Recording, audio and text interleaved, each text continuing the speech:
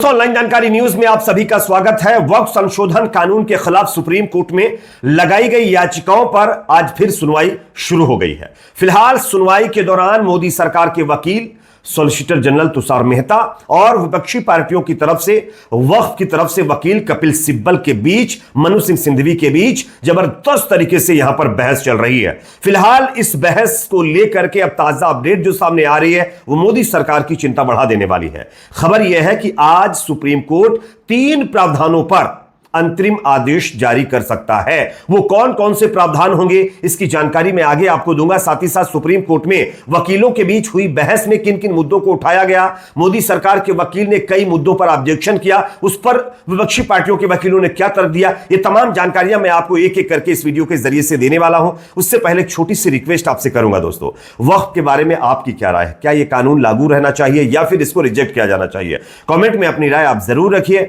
और अगर यह वीडियो आपको इंफॉर्मेटिव दिखे इसको शेयर भी करिए। सुप्रीम कोर्ट के अंदर फिलहाल लंच के बाद की सुनवाई शुरू हो चुकी है, लेकिन दोस्तों जैसे ही सुप्रीम कोर्ट के अंदर सुनवाई शुरू हुई, विपक्षी पार्टियों के वकीलों को 2 घंटे का टाइम दिया गया, जिसमें से कपिल सिब्बल ने अपनी बहस शुरू की।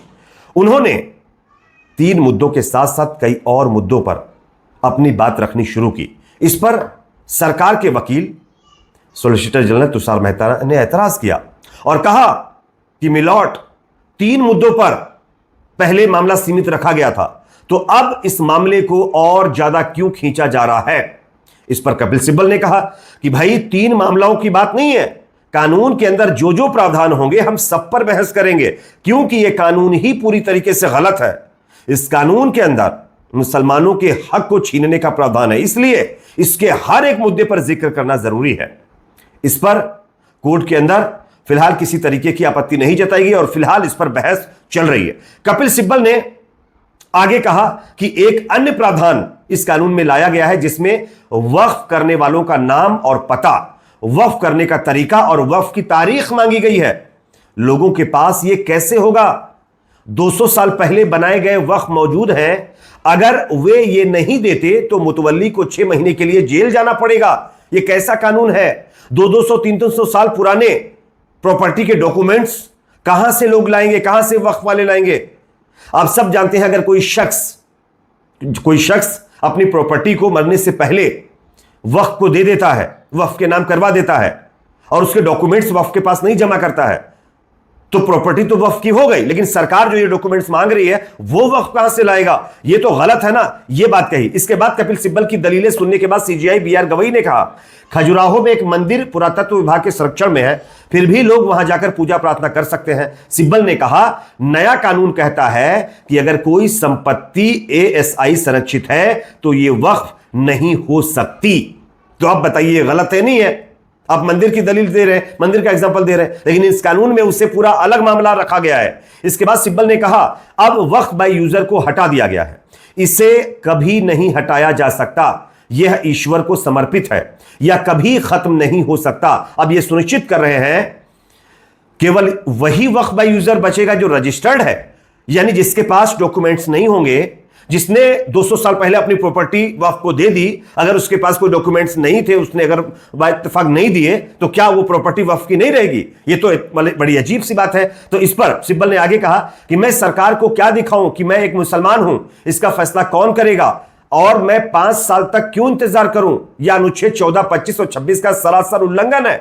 यानी कि सरकार ने इस कानून में प्रावधान रखा कि अगर आपको वक्फ करना है अपनी प्रॉपर्टी को तो 5 साल का मुसलमान होना जरूरी है। आपको 5 साल तक आप मुस्लिम समुदाय, मुस्लिम धर्म की प्रैक्टिस कर रहे होंगे, तभी आप वक्फ कर सकते हैं, अदरवाइज नहीं। तो इस पर सिब्बल ने साफ साफ कहा कि मैं सरकार को यह क्यों दिखाऊं कि मैं एक मुसलमान हूं, इसका फैसला कौन करेगा? मैं 5 साल तक क्यों इंतजार करूं? यह अनुच्छेद 14, 25, 26 का उल्लंघन है, क्योंकि इन अनुच्छेदों में ऐसा कुछ भी नहीं कहा गया है। साथ ही साथ सीजीआई ने पूछा, चीफ जस्टिस ऑफ इंडिया ने पूछा क्या इसमें धर्म का पालन करने पर रोक लग जाती है? इसके जवाब में सिब्बल ने कहा कि यह प्रावधान अनुच्छेद 25 का उल्लंघन है। संशोधन से वक्फ को सरकार ने अपने पास से ले लिया है, इसके बाद यदि कोई अनुसूचित जनजाति मुस्लिम है और वक्फ बनाना चाहता है तो ऐसी संपत्ति वक्फ नहीं है और यह सीधे तौर पर अधिग्रहण है और अनुच्छेद 25 के तहत अधिकार छीन लिया जाता है।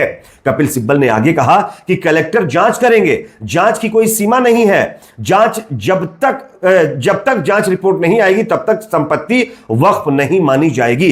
अब ये कोई कैसे इसकी टाइमलाइन तय करेगा कि जांच कब तक चल सकती है? आज तो आप देख रहे होंगे कि हमारे देश में जब जांच बैठती है ना तो वो 10-10, 20-20 साल चली जाती है, उसका कोई बोलवाब निकल कर नहीं आ पाता है। तो क्या तब तक वक्फ वाले वेट करेंगे? वक्फ की प्रॉपर्टी ऐसे ही मतलब दर बदर पड़ी रहेगी? ये तो अजीब सी बात है। इसके बाद कपिल सिब्बल ने आगे कहा कि एक बार वक्फ हो गया तो हमेशा के लिए हो गया, सरकार उसमें आर्थिक मदद नहीं दे सकती, मस्जिदों में चढ़ावा नहीं होता, वक्फ संस्थाएं जो है वो दान से चलती हैं, इसलिए इसमें दखलंदाजी ना दी जाए। सिब्बल के तर्क पर अदालत ने कहा कि दरगाहों में तो चढ़ावा होता है। इस पर सिब्बल ने कहा कि मैं मस्जिदों की बात कर रहा हूं, दरगाह अलग है। कपिल सिब्बल ने आगे कहा कि वक्फ को दान दी गई निजी संपत्तियों को केवल इसलिए छीना जा रहा है क्योंकि कोई विवाद है। इस कानून को वक्फ संपत्तियों पर कब्जा करने के लिए डिजाइन किया गया है, इसलिए यह कानून रद्द होना बहुत जरूरी है। यह सीजीआई के सामने ये सिब्बल साहब जो कि विपक्षी पार्टियों के और वक्फ all India Muslim personal Jamiat Islami Hind के जो वकील हैं उनकी तरफ से दलील रखी गई हैं।